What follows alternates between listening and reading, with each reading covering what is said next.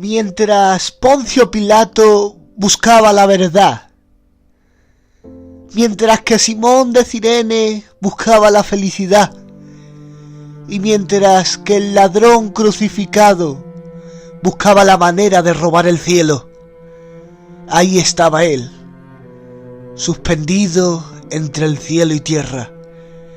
Y mientras todo esto sucedía, un aldeano que pasaba por allí buscaba un carpintero.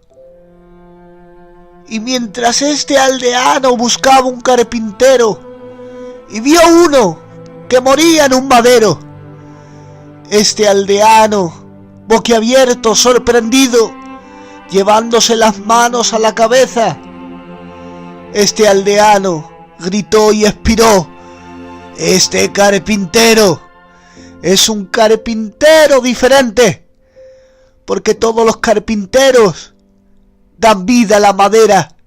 Sin embargo, este carpintero muere en un madero. Este carpintero es diferente. Y hoy, persona que me estás escuchando en este instante, quiero invitarte a que vengas al taller del carpintero. El carpintero está acostumbrado a tratar con la madera más rebelde, con la madera más estropeada y con la madera más problemática. El carpintero quiere arreglar tu vida, quiere arreglar tu problema. Él es un carpintero diferente.